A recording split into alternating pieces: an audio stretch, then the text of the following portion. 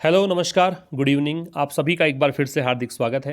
इस सेशन में हम बात करने वाले हैं बिजनेस स्टैंडर्ड न्यूज़पेपर के फ्रंट पेज आर्टिकल की।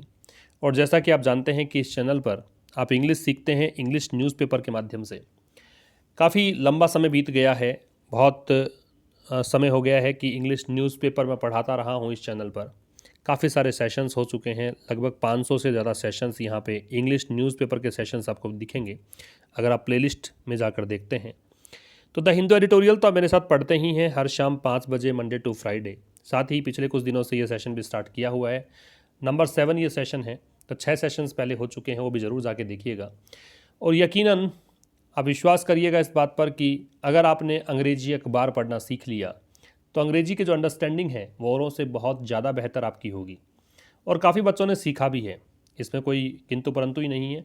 आप कमेंट्स देखिएगा बच्चों के, वो खुद बताते हैं, अपना जो पर्सनल एक्सपीरियंस है वो शेयर करते हैं यहाँ पर। अभी आज ही की बात है, कुछ बच्चों ने यहाँ पे शेयर किया है। एक बच्चे ने बताया है कि उसके एयरफोर्स वाई ग्रुप एग्ज़ाम में सिलेक्शन हुआ है, इंग्लिश के मार्क्स बहुत अधिक आए हैं। उसके बाद उसका जब मैंने स्क्रीनशॉट शेयर किया कम्युनिटी में, तो आपने देखा कि बहुत सारे बच्चे ऐसे हैं उन्होंने अपना अपना स्कोर यहाँ पे शेयर किया हुआ है। एक बच्चा ऐसा भी है कि जिसके 20 आउट ऑफ 20 मार्क्स भी हैं।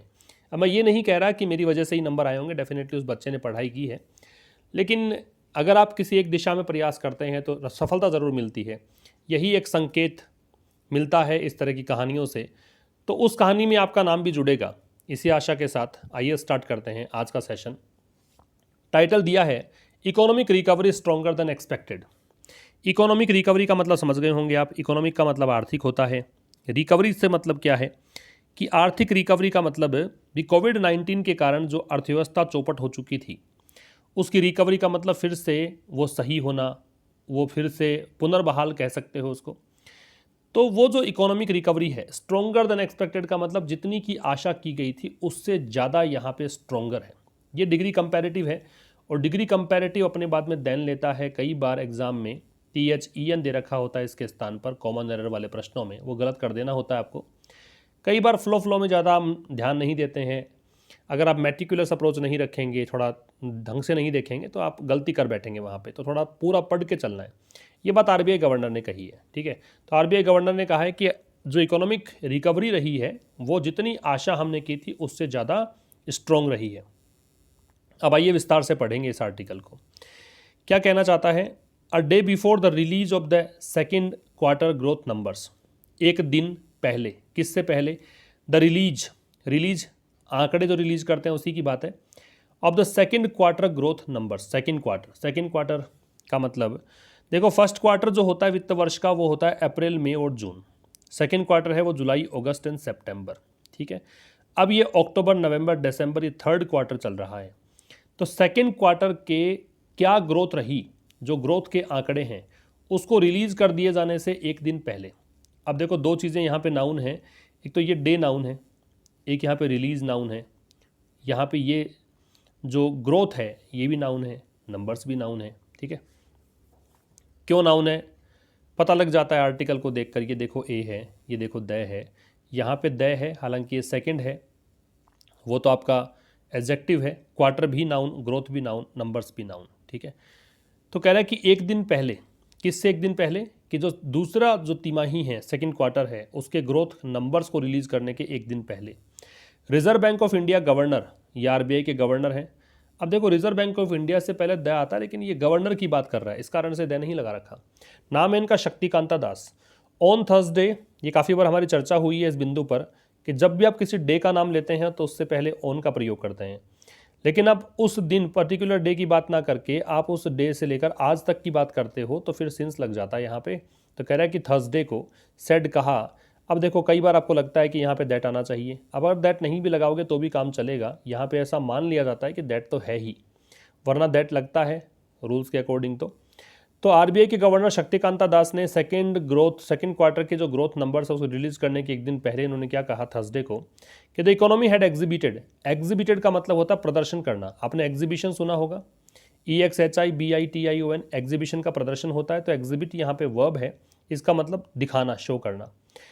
तो इन्होंने क्या किया है, इन्होंने यहाँ पे दर्शाया है क्या?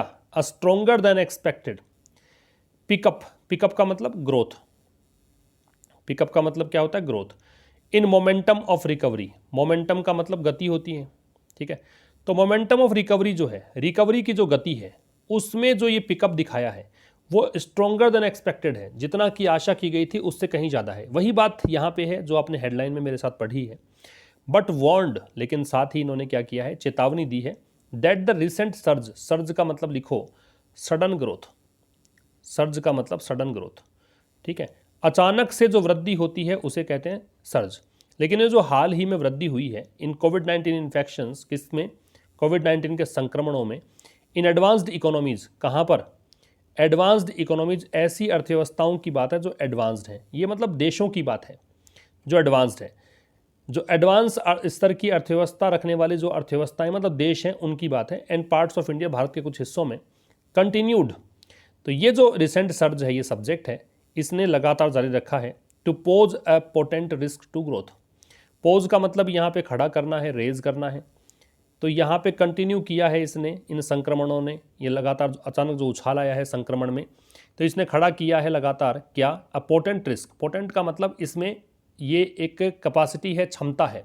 पोटेंट मतलब पोटेंशियल बनता है इससे, वैसे पोटेंट का मतलब यहाँ पे एक बड़ा खतरा है, एक स्ट्रॉन्ग रिस्क है टू ग्रोथ। किसके लिए खतरा खड़ा कर दिया है? ग्रोथ के लिए, वृद्धि के लिए। बात समझ में आ गई?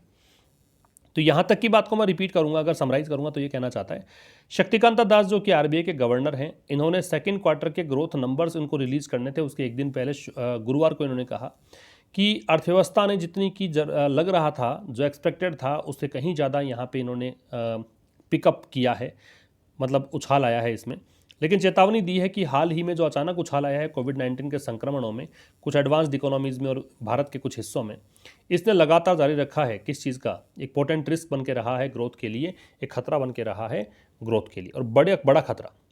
द आरबीआई, अब देखो आरबीआई से पहले द है, मैंने कहा था ऊपर तो आरबीआई की बात ही नहीं थी, वहाँ पे तो हम बात कर रहे थे शक्तिकांता दास की, इस कारण से द नहीं था। यहाँ पे द है क्योंकि आरबीआई की बात है। तो RBI scheduled to announce, is scheduled का मतलब है कि ये एक प्रकार से टाइम टेबल सेट है, एक निर्धारित है।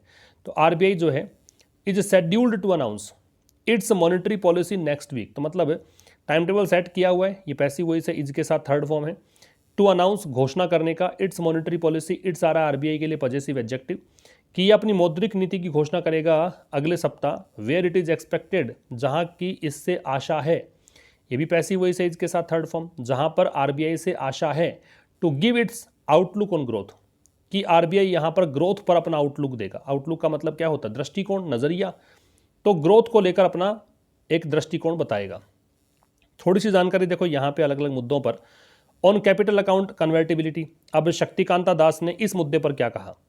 तो उससे पहले आपको यह समझना पड़ेगा कैपिटल अकाउंट कन्वर्टिबिलिटी होता क्या है। कैपिटल अकाउंट कन्वर्टिबिलिटी का मतलब ये है कि अगर आपने कोई भी मान लीजिए भारत का जो पैसा है उसको आपने फॉरेन करेंसी में कन्वर्ट कर दिया, इंडियन करेंसी को फॉरेन करेंसी में कन्वर्ट कर दिया, या वाइस वर्सा भी हो सकता है, फॉरेन करेंसी को इंडियन करेंसी में चेंज कर दिया, डोमेस्टिक करेंसी को फॉरेन करेंसी में चेंज करना, ये है कैपिटल अकाउंट कन्वर्टिबिलिटी। और ये भी किस हिसाब से होता है कि इसमें जो भी फिलहाल जो भी उस समय की एक्सचेंज रेट चल रही होती है उसके हिसाब से होता है, और गवर्नमेंट इसमें कोई भी इंटरफेरेंस नहीं करती, कोई भी इंटरवेंशन गवर्नमेंट का नहीं होता, कोई हस्तक्षेप नहीं होता गवर्नमेंट का। ऐसे आप समझ सकते हो कैपिटल अकाउंट कन्वर्टिबिलिटी को। तो इस मुद्दे पर शक्तिकांता दास ने क्या कहा? It will continue to be approached, कि ये जो कैपिटल अकाउंट कन्वर्टिबिलिटी है, कि डोमेस्टिक पैसे को, डोमेस्टिक करेंसी को फॉरेन करेंसी में चेंज करने की जो प्रोसेस है, ये लगातार यहाँ पे अप्रोच किया जाएगा, लगातार इसको अप्रोच किया जाएगा एज ए प्रोसेस, एक प्रोसेस के रूप में। प्रोसेस क्या होता है? तरीका। ये नाउन है क्योंकि ए लगा हुआ है। रेदर देन, रेदर के साथ में देन लगता है, एन इवेंट, कि इसको एक इवेंट ना मान के एक प्रोसेस के रूप में लगातार हम इसको एक प्रक्रिया के रूप में लेंगे। ऐसा नहीं है कि अचानक से घटित हो गया, ऐसा नहीं है। टेकिंग कॉग्निजेंस, कॉग्निजेंस का मतलब लिखोगे, लिखिए भैया, कॉग्निजेंस का मतलब होता है अवेयरनेस, अवेयरनेस का मतलब होता है जागृति। इस बात की जानकारी रखते हुए, और प्रेवेलेंट, प्रेवेलेंट का मतलब क्या होता है? एग्जिस्टिंग, जो वर्तमान में अस्तित्व में है, व्यापक है, existing. Macro economic conditions, macro economic मतलब बड़े स्तर की जो आर्थिक स्थितियां हैं, जो प्रचलित स्थितियां हैं, उसकी जानकारी रखते हुए। तो देखो, it will continue to be approached, तो ये लगातार जो है इसको अप्रोच किया जाएगा। It will continue to be approach, मतलब इस चीज़ पर, किस चीज़ पर, जो ऊपर मुद्दा था उसकी बात है। इट आ रहा है कैपिटल अकाउंट कन्वर्टिबिलिटी को, कि इसको लगातार अप्रोच किया जाएगा एक प्रोसेस के रूप में, किसकी बजाय, रेदर देन होता है इसकी बजाय, किसकी बजाय, इवेंट की बजाय। इस बात की जानकारी रखते हुए कि अभी वर्तमान में जो बड़े स्तर की, एक तो होता है माइक्रो इकोनॉमिक, सूक्ष्म स्तर की, मैक्रो मतलब व्यापक स्तर की जो स्थितियां हैं उसको ध्यान रखते हुए, उसकी अवेयरनेस रखते हुए। दूसरा है ऑन ग्रोथ रिस्क। ग्रोथ का मतलब वृद्धि, रिस्क का मतलब खतरे। तो इसको लेकर क्या बोला, वृद्धि, ग्रोथ जो है, इकोनॉमिक ग्रोथ है, उसमें जो खतरे हैं उसको लेकर उन्होंने क्या बोला, इन्होंने कहा डाउनसाइड रिस्क। डाउनसाइड का मतलब कि अर्थव्यवस्था जो है वो डाउन जा रही है। ये जो रिस्क है टू ग्रोथ, वृद्धि को लेकर कि जो ग्रोथ रेट है वो डाउन जा रही है, कंटिन्यू। तो ये जो रिस्क हैं वो लगातार जारी हैं, ड्यू टू, किस कारण से, रिसेंट सर्ज इन इन्फेक्शंस, वर्तमान में जो अचानक से उछाल आया है, सर्ज अभी पढ़ा हमने, सडन इंक्रीज, अचानक से जो उछाल आया है संक्रमणों में, कहाँ पर, एडवांस्ड इकोनॉमीज में एंड पार्ट्स ऑफ इंडिया। ये तो बात वही कर दी कि कुछ एडवांस अर्थव्यवस्थाओं में और कुछ भारत के हिस्सों में। तीसरी मुद्दा ऑन डिमांड। डिमांड को लेकर इन्होंने क्या कहा, तो we need to be watchful. Watchful का मतलब होता है अलर्ट होना, सतर्क होना। तो हमें आवश्यकता किस बात की है, अलर्ट रहने की, अबाउट द सस्टेनेबिलिटी, किस बारे में, सस्टेनेबिलिटी के बारे में। सस्टेनेबिलिटी एग्जैक्ट नाउन है क्योंकि डे लगा हुआ है। इसका मतलब क्या होता है, किसी भी चीज़ को आप काफ़ी लंबे समय तक कंटिन्यू कर सकते हो, अगर आप उस चीज़ को चला सकते हो, रिटेन कर सकते हो, सस्टेनेबिलिटी बोलते हैं, है ना, टिकाऊपन, ड्यूरेबिलिटी कह सकते हो इसको आप। तो कह रहे हैं कि हमें डिमांड की सस्टेनेबिलिटी के बारे में अलर्ट रहने की ज़रूरत है।